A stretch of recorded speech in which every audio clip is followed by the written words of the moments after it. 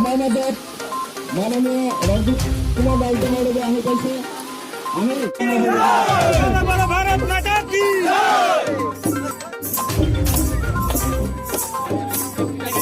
আসামৰ বিজেপিৰ প্ৰেচিডেণ্ট ৰঞ্জিত দাস ডাঙৰীয়াৰ লগত আমি BTCৰ কিছুমান ৰাজনীতিক বিষয়ে আমি জানিবলৈ মই চেষ্টা কৰিম।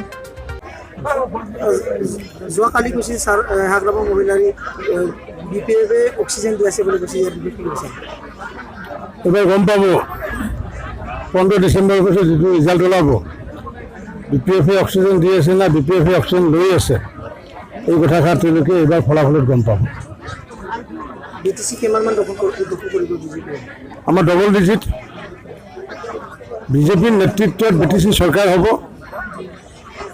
আৰু তাত আগন্তুক দিনত বড়ো জনগোষ্ঠীৰ এজন ব্যক্তি তাত চিফ হ'ব আৰু নিশ্চিত ৰূপত আগন্তুক দিনত উন্নয়নৰ যিমানখিনি কাম বাকী আছে, লগতে বৈষম্যহীন এখন সমাজ গঠন কৰিম আৰু যাতে দুখীয়া মানুহে যাতে প্ৰবঞ্চনা হ'ব নালাগে, প্ৰতাৰিত হ'ব নালাগে, তাৰ কাৰণে ব্যৱস্থা কৰিম।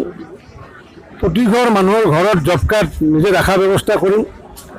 VCDC বা দালালৰ হাতত জব কাৰ্ড ৰখাৰ ব্যৱস্থা আমি নকৰোঁ।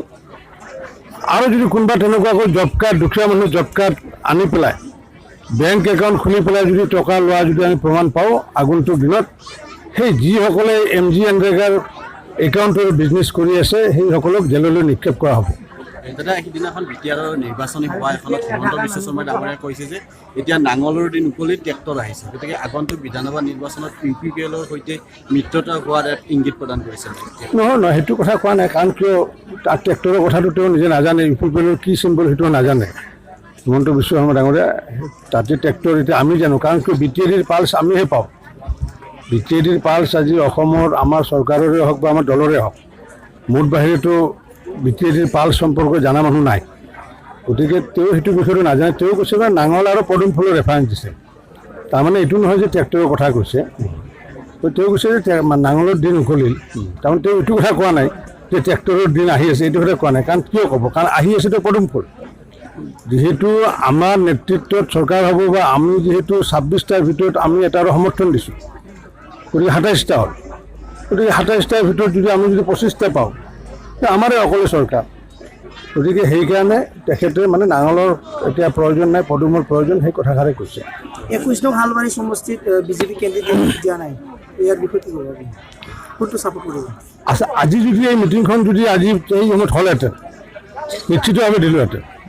সেই সময়ত যিহেতু আমাৰ সংগঠন তেনেকুৱা নাছিলে, আজি ভবানীপুৰৰ বিশেষকৈ উত্তৰ ভবানীপুৰৰ যিটো আমাৰ সংগঠন, যি আজি হালবাৰীত আজি যি সভা কৰিলোঁ, ৰাইজৰ যি আশীৰ্বাদ, ৰাইজে কৈ আছে যে আপোনালোকে ৰূপহীটো এটা অফিচ কৰিব লাগে।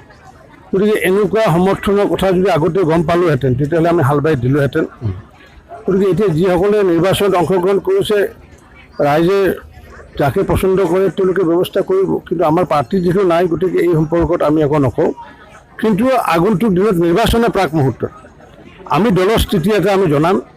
এই য'ত য'ত আমাৰ প্ৰাৰ্থী নাই, আমি কাক সমৰ্থন কৰিব লাগে নালাগে এই বিষয়ে আমি স্পষ্ট ৰূপত জনাম। কিন্তু আমি সেই বিষয়টো এতিয়াও দলৰ মজিয়াত আলোচনা কৰা নাই।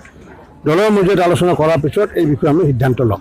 দাদা, AJPৰ যিখন পতাকা ইতিমধ্যে উন্মোচন কৰিছে তেওঁলোকে, ইয়াক লৈ ছ'চিয়েল মিডিয়াত যথেষ্ট বিতৰ্ক হৈছে যে বাংলাদেশৰ সৈতে পতাকাখন মিল আছে, এনেধৰণৰ। নাই, নীলা ৰংটোতো বাংলাদেশৰ পৈতৃক সম্পত্তি নহয়। আজি ক'লা দেখোন ৰং দেখোন আমাৰ হাইকোৰ্টৰ উকিলবিলাকে ব্যৱহাৰ কৰে। গতিকে ক'লা ৰং কাৰোবাৰ পচন্দ কৰে, আমি ব্যৱহাৰ কৰোঁ। কাৰোবাৰ আকৌ ক'লা ৰঙে আমাক ক'লা পতাকা দেখায়। গতিকে এইটো ৰংটো পচন্দৰ কথা। এতিয়া মই এতিয়া গামোচা দেখাওঁ, বগা ৰং দেখাওঁ, হয় নে নহয়? গতিকে এতিয়া ৰঙৰ লগত কোনো কথা নাই। নীলা ৰংটো বাংলাদেশৰ পৈতৃক সম্পত্তি নহয়, গেৰুৱা ৰংটো ভাৰতবৰ্ষৰ পৈতৃক সম্পত্তি নহয়, আমেৰিকাই ব্যৱহাৰ কৰিব পাৰে। ৰংহে এইটো। গতিকে ৰং লৈ পেলাই এইটো অমূলক এটা বিতৰ্কৰ সৃষ্টি হৈ আছে। এইটো পৰিহাৰ কৰাটো উচিত বুলি মই ভাবোঁ, কাৰণ তাত সময় নষ্ট কৰি লাভ নাই। BTC বহুত কৰাপশ্যন হৈছে বুলি আমি গম পাইছোঁ, ইয়াৰ বিষয়ে কি ক'ব আপুনি? এইটো সেইকাৰণেতো নিৰ্বাচনত ৰাইজে সহায় কৰি আছে। হাগ্ৰামৰ মহিলাৰ কি হ'ব নিৰ্বাচনৰ পিছত? হাগ্ৰামৰ মহিলাৰ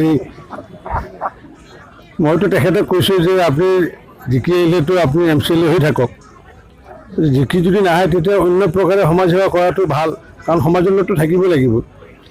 ৰাইজে কিবা কাৰণত তেওঁক হয়তো নিৰ্বাচিত নকৰিব পাৰে। সেইবুলি তেওঁ সমাজৰ কাম কৰি যাব, কাৰণ কিয় সকলোৱে সমাজৰ কাম কৰাৰ কাৰণে আহিছে।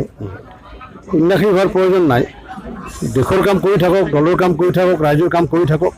কেতিয়াবা ভাল দিন যদি আহে, ৰাইজে যদি ভাবে যে নহয় তেওঁ ভাল কাম কৰি আছে, গতিকে পুনৰ তেওঁক নিৰ্বাচিত কৰিব তেখেতক। BPFৰ বিধায়ক আহিব বুলি ওলাইছে যে বিজেপিত যোগদান কৰিব, কিমানগৰাকী বিধায়কে যোগদান কৰিব? 20 তাৰিখে BPFৰ বিধায়ক ইমানুৱেল মুছাহাৰীয়ে যোগদান কৰাটো নিশ্চিত হৈছে, আৰু বাকীখিনি নিশ্চিত হোৱা নাই। যিহেতু সেইদিনা আমি গম পাম লগত কোন কোন থাকে নাথাকে। বিশ্বজিৎ দৈমাৰীও আহিব বুলি খবৰ ওলাইছে। বিশ্বজিৎ দৈমাৰীৰ কথাষাৰ আমি শুনি আছোঁ, বাতৰি কাকতত আপোনালোকৰ জৰিয়তে শুনি আছোঁ। গতিকে যেতিয়া জইন কৰিব গম পাব। আৰু বহুত এনেকুৱা নেতা ইতিমধ্যে যোগাযোগ কৰিছে। BTADৰ বাহিৰৰ যিমানখিনি প্ৰায় 8ৰ পৰা 10 লাখ বড়ো জনগোষ্ঠী, তেওঁলোকে এইবাৰ আমাৰ লগত থকা সিদ্ধান্ত লৈছে। কাৰণ কিয় BTADৰ বাহিৰৰ যিখিনি বড়ো মানুহ, তেওঁলোকৰ এটা আমব্ৰেলা অৰ্গেনাইজেশ্যন আছে, UBPO, ইউনাইটেড বড়ো পিপল অৰ্গেনাইজেশ্যন। আৰু UBPOৰ যিমান জিলা কমিটি আছে আৰু ৰাজ্যিক সমিতি, তাৰে আফাদগিৰি মিহিনেশ্বৰ বসুমতীকে আদি কৰি তাৰে গাহাই নেহাতাৰী হওক বা নাহাতাৰী হওক যিমান আছে ইতিমধ্যে সকলোৱে যোগদান কৰিছে।